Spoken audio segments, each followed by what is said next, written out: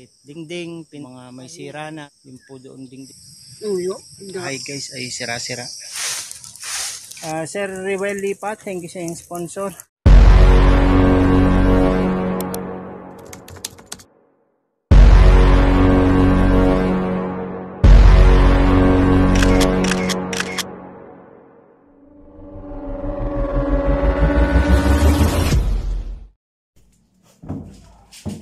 Lipat mo na tayo ni. Baka makapagat kahit tayo ni.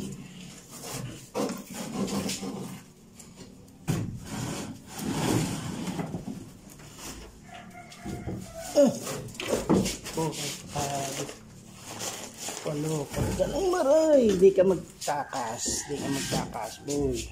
Di ka magtakas. Di ka tumakas. Ulatan mo.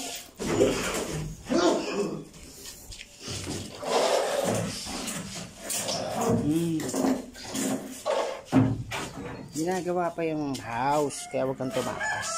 Yan, inom na. Yan. Inom na si Tay. House si Tay. Kunti lang ininom mo. Mahina.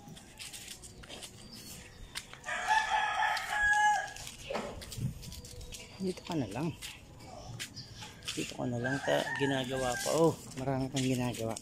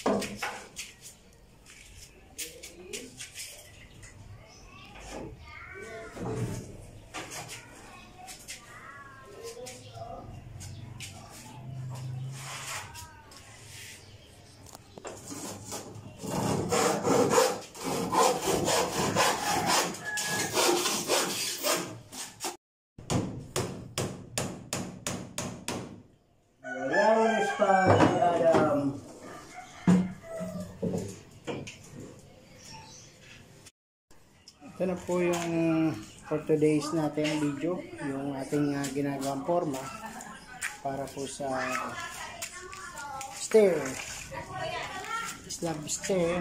Binatasan po yung dating flooring para kakapit doon yung semento, matibay po yan. Tapos kada bed horizontal na bakal nakabuo sa kadera. Yan po yun. Tapos ito na po ang ginagawa ngayon, yung forma po yan ng semento. Kung for today po nakagawa ng bakal, nakagawa po ng bakal na steel bar reinforcement po yan, ng concrete reinforcement, pampalakas po ng slab ng concrete po yung bakal. Kompleto na po yung bakal niya. Bumili po ako ng 5 bakal na 6 meters ang haba. Tapos dyan po may landing, tapos packet na gano'n. Sa bawat step po niyan, pataas. Malapit po ay 1, 2,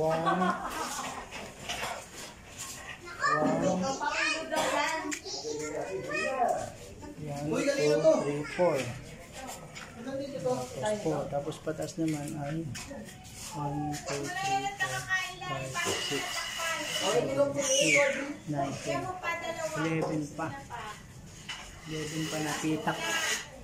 Ito pong para box na to, itong box na to ay yun ang lalaman ng mga semento, concrete. Tagal din po ang curing time. 15 days din po ang curing time yan. Kaya medyo matagal-tagal. So, paslet po yan. Pwede na tayo ganun. Hindi pa tayo makakit yan kasi baka pabigatan sa atin yung mga pamakla na yan. O wala sa alignment. Yung bakal po na kaos dito ay pinakapit na. Yun po. Yan. Kumuha tayo ng isang packet naman po yan. Oh, makaskas ka sa buha si Men, ano? Tapos yun yung packet. Gagawin po yun yung bubong sa taas. Para hindi po mabasa ito. Hindi po pasukan ng basa.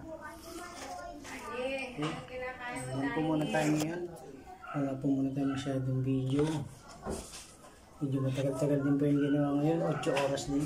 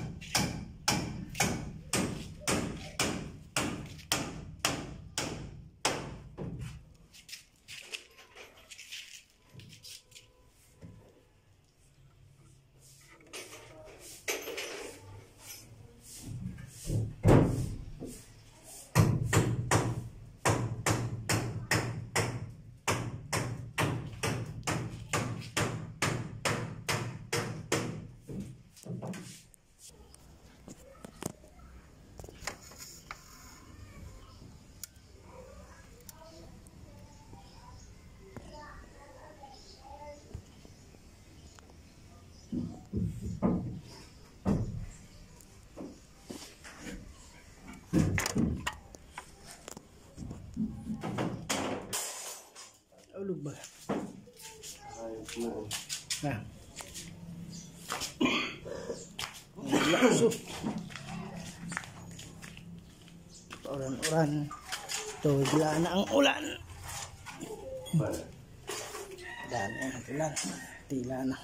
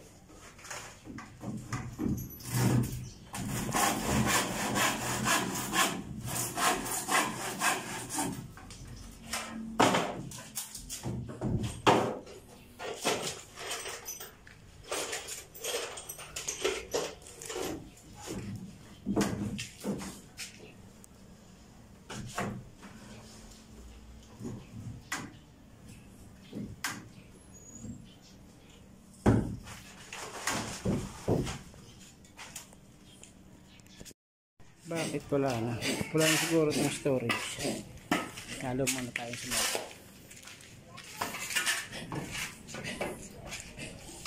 Babad-babad. Ano yun? Ay, Yossi? Bayabas? May bayabas dito kasi ano, Carla? Yung nasa lamesa. Saan mo nakuha daw yun? Diyan din? Buti meron. Kaya nahalo na po kami. Pang-apat na pong semento yan. Ilaw pa yan. Pwede na ano? Pwede na kay Eli. Kasama mo dyan sa ano, para ano, patibay. Patibay yan ang ano.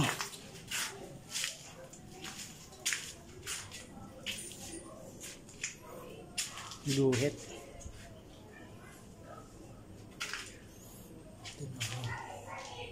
Papat yan. Ha?